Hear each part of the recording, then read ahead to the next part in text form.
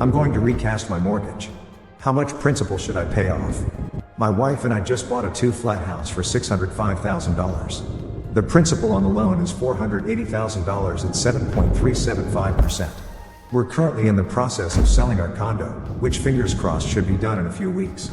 After we clear those funds, I expect to have about $400,000 in cash. At a 7.375% rate on our mortgage, it's very appealing to take a guaranteed return by applying most of that liquidity towards the house, especially because our mortgage is with Chase, who will let you recast for free. The question is, how much should I recast for? It's an older house, and I expect to spend about $20-30K over the next year on repairs and various improvements. The mechanicals are also all pretty old, but still in good working order according to the HVAC folks that recently serviced them. My current monthly payment is about $4,000 counting mortgage, taxes, and insurance. My wife and I live in the upper unit, and I have renters in the lower unit paying $1,900 per month, but they move out late next year and my mom will move in.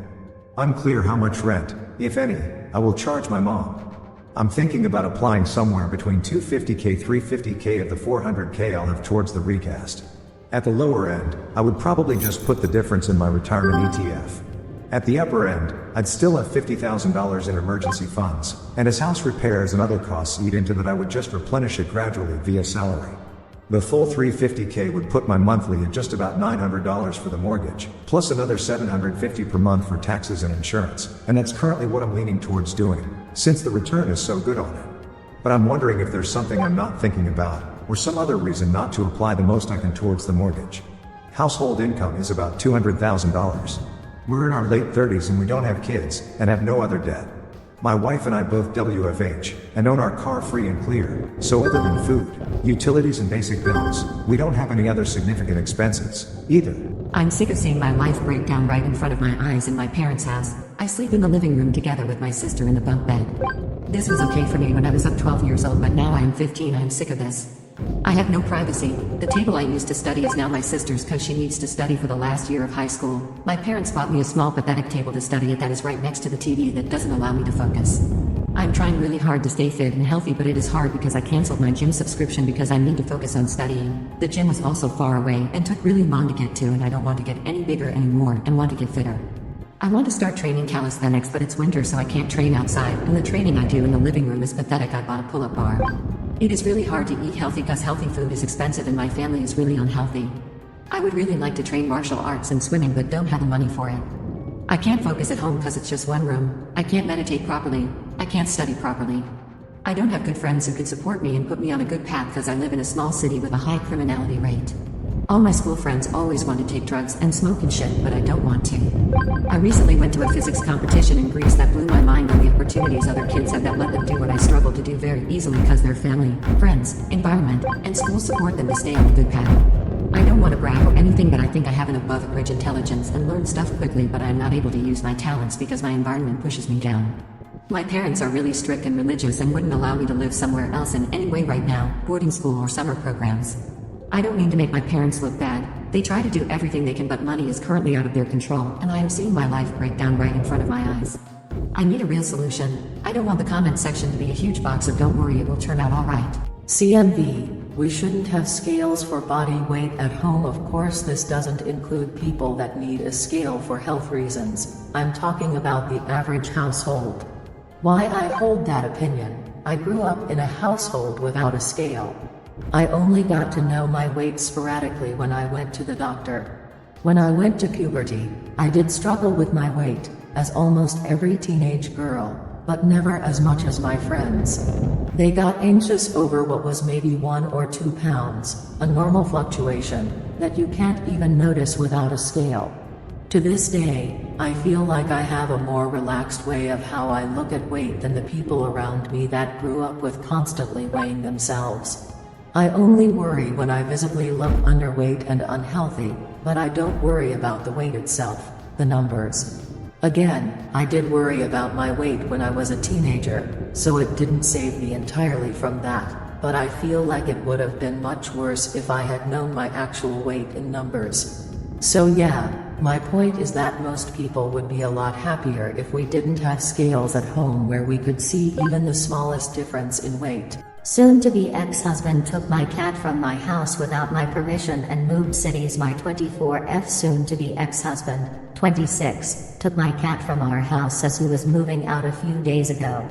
I was going to take my cat and the dog with me while he moved out, as I know this stresses them out, but I left the cat as he stated he wanted to say goodbye to her before he left. I believed him, but he made me leave for the day while him and my ex-family helped move him out. When I came home later, I found all of the cat's stuff and my cat missing.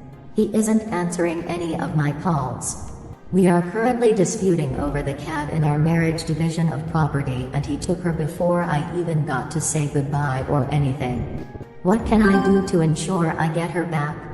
I was the one that adopted her from the Humane Society, paid all her vet bills, and bought all of her stuff and registered her to my name. My ex-husband hit my cat to try and discipline her frequently, and all I want is to get her back. What can I do to ensure that I get her back? Is there any hope that I will? My boyfriend has cut up my personal credit and debit cards. This will be long and I apologize for that. I've been with my boyfriend for almost 7 years. When we first started dating, I was a big spender. I liked to shop and buy things I liked. I've gotten better over the years and buy what I need and not what I want. I recently won a large settlement of money, which I used to pay off all my debts, car loan, student loans, a credit card I owed $1,000 on, and it left me with $30,000 left over. The rest I've invested in stocks, and put into a savings account. After my winnings, my boyfriend wanted to open a joint account for our bills, mortgage, utilities. I agreed. Something to note is that we work together for the same company. What I didn't agree to was him switching where my entire pay shop would be deposited every 2 weeks. Instead of into my personal account, it was put into the joint account.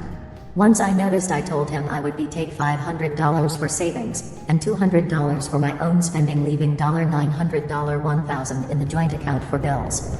We also got a joint credit card to us for gas for the vehicles.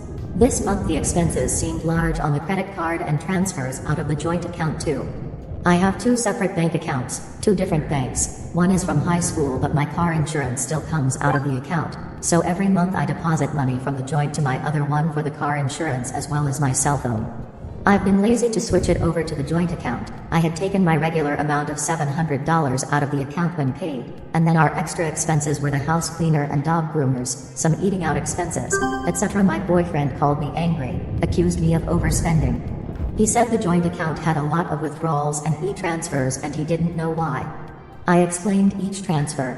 When he got home, he went into my wallet and cut up all my cards, leaving me with no access to money. I have called the banks to get new cards, but it'll take over a week for them to get here. I'm feeling very hurt by this and honestly just see him in a completely different way. He hasn't talked to me either, just cut them up while I was upstairs in my office and left them on the island for me to find. I feel like I can't tell anyone in my family because I know they'll hate him, maybe even hate me for even staying with him.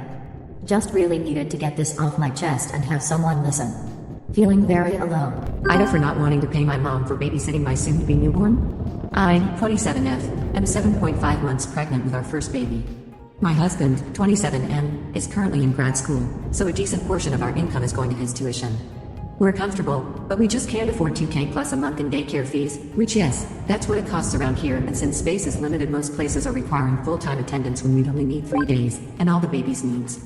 About a year ago, my mom, 49F, came to us asking when we were going to have children, saying that she's getting older and wants to be able to be an active part of our child's life. We told her that right now we couldn't afford daycare for a potential baby with my husband's tuition. My mom reassured us that she'd happily watch our potential baby 3 days a week while we're both working. I told her my husband and I would take that info and get back to her. After a couple of days of debating, I texted my mom to assure that she would have no problem watching our potential child, which she eagerly said absolutely. I didn't feel comfortable not paying my mom anything, so my husband and I discussed it and agreed to paying my mom $1,000 per month for childcare and for any needs the baby has while in her care.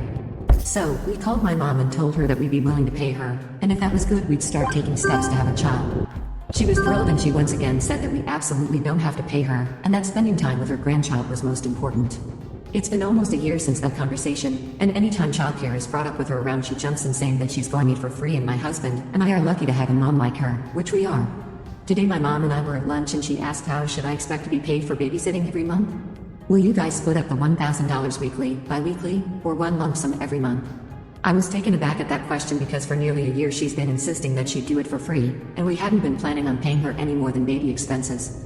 I told her this, and she responded it's wrong to make your elderly mother watch an infant and not pay her. We ended our lunch early because we were both upset and confused, but by the time I got home my husband had said that my dad, 53 had already called saying that he's not taking sides, but he'd expect us to be paying my mom.